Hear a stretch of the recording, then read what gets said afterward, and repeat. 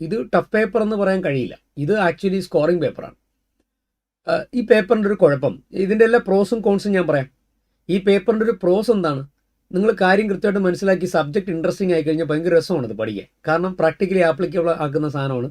നിങ്ങൾ ആർട്ടിക്കിൾഷിപ്പിന് ഓഫീസിൽ കയറുമ്പം നിങ്ങൾ റിയൽ ലൈഫ് പ്രാക്ടിക്കൽ ലൈഫിൽ ചെയ്യുന്ന സാധനമാണ് ഈ പേപ്പർ. പ്രാക്ടിക്കൽ ലൈഫിൽ ചെയ്യണതാണ്. നമ്മളിത് മറ്റേ വെറുതെ പഠിച്ചിട്ട് പരീക്ഷയ്ക്ക് വേണ്ടി പഠിക്കുന്ന സാധനമല്ല. ഈ പഠിക്കുന്നത് തന്നെയാണ് നമ്മൾ പ്രാക്ടിക്കൽ റൗണ്ടിൽ നമ്മൾ റിയൽ ലൈഫിൽ നമ്മൾ അപ്ലൈ ചെയ്യുന്നത്. അപ്പോൾ ഈ സബ്ജക്റ്റിൽ എത്രത്തോളം നോളജ് ഉണ്ടോ ദാറ്റ് വിൽ ബി ഹെൽപ്പ്, അല്ലെങ്കിൽ അത് നിങ്ങളുടെ കരിയറിനെ ഭയങ്കരമായിട്ട് ബൂസ്റ്റ് ചെയ്യും. ആർട്ടിക്കിൾഷിപ്പിൽ ഭയങ്കരമായിട്ട് ഹെൽപ്പ് ചെയ്യും. അപ്പം അതാണ് ഒന്ന്. അപ്പം ഇതിൻ്റെ ഏറ്റവും വലിയ പ്രശ്നം എന്താണെന്ന് ചോദിച്ചാൽ ഈ ഭയങ്കര വോളിയമാണ്.